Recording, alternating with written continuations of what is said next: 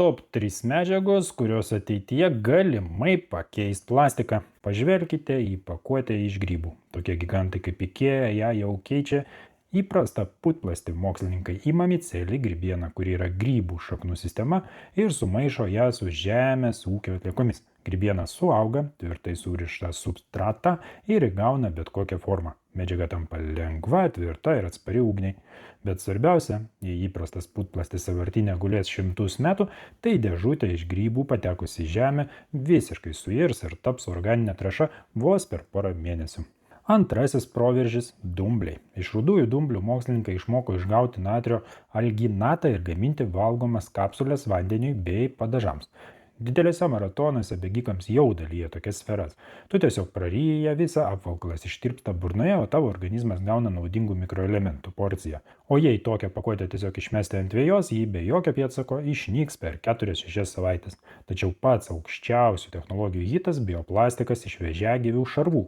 Harvardo instituto mokslininkai iš jūros gėrybių, krevečių, krabų ir omarų atliekų išskyrė medžiagą chitozaną. Jos pagrindu sukūrė medžiagą Shirlink. Savo tvirtumu jie nenusileidžia aliuminiui, tačiau sveria dvigubai mažiau. Yra lanksti kaip įprastas polietilenas ir irdamas dirvožemėje išskiria azotą, kuris tiesiogiai maitina augalus. Visos šios technologijos yra nuostabios, tačiau jos sprendžia tik ateities plastiko problemą. O ką daryti su milijardais tonų to, kas jau sukaupta? Senasis plastikas neišnyksta veikiamas saulės ir vandens, jis skyla į akiai nematomas mikro ir nano daleles. Jų jau pilna visur. Vandenyje, kurį geriame, ore ir mūsų pačių kūnuose. Ir pagrindinis pavojus, apie kurį tyli žiniasklaida, slypi fizikoje.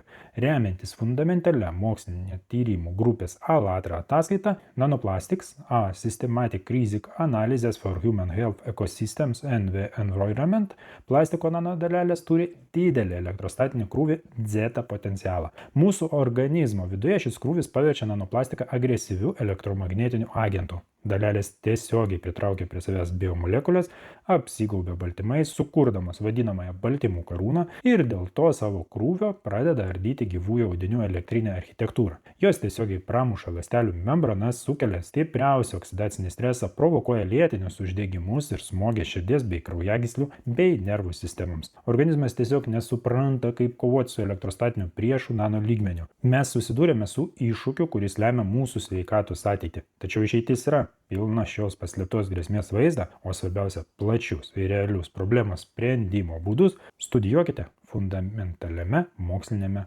pranešime.